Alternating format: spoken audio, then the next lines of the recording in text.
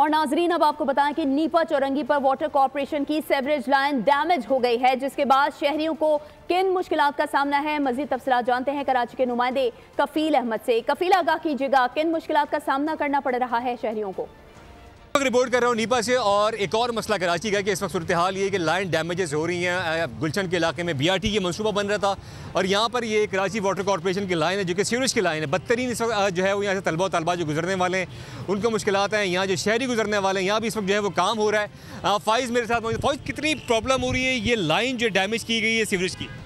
इस लाइन की वजह से तो काफ़ी प्रॉब्लम हो रही है। सुबह वैसे ही ऑफिस आने में परेशानी होती थी क्योंकि ये जब से रोड बना हुआ है तो वैसे ही लेट हो रहे थे और इसके बाद से तो और परेशानी हो रही है। और ये बस सूरत हाल समझ नहीं आ रही है। अच्छा खासा रोड था, अब सिर्फ एक बस लाइन के चक्कर में पूरा आपने पूरे रोड को ख़राब करके रख दिया। छोटा सा रोड हो गया, जितनी हमारी गली है उतना रोड लाइन डैमेजेस हो रही हैं। ज़ाहिर है कभी पानी की कभी सीवरेज की, तो शहरियों को भुगतना पड़ रहा है। प्रॉपर कोई करने वाला नहीं है। प्रॉपर मैं नहीं समझता कि कोई अगर प्रॉपर इंजीनियर होता या कोई संभालने वाला होता तो इस तरीके की चीज़ें होती। और इस बारे में जो मैंने यहाँ से जो इनके ऑफिसर्स मौजूद हैं उनसे बात करना चाहा तो उन्होंने बात करने से इनकार कर दिया है। और ये कब तक इसको रिस्टोर किया जाएगा ये कोई बताने से कासिर है। गंदा पानी है, ज़ाहिर सीवरेज का पानी है और यहाँ से गुजरने वाली तमाम जो शहरी हैं, तलबा तालबात हैं और जो गाड़ियाँ हैं, बहुत ज़्यादा मुश्किल हो रही है।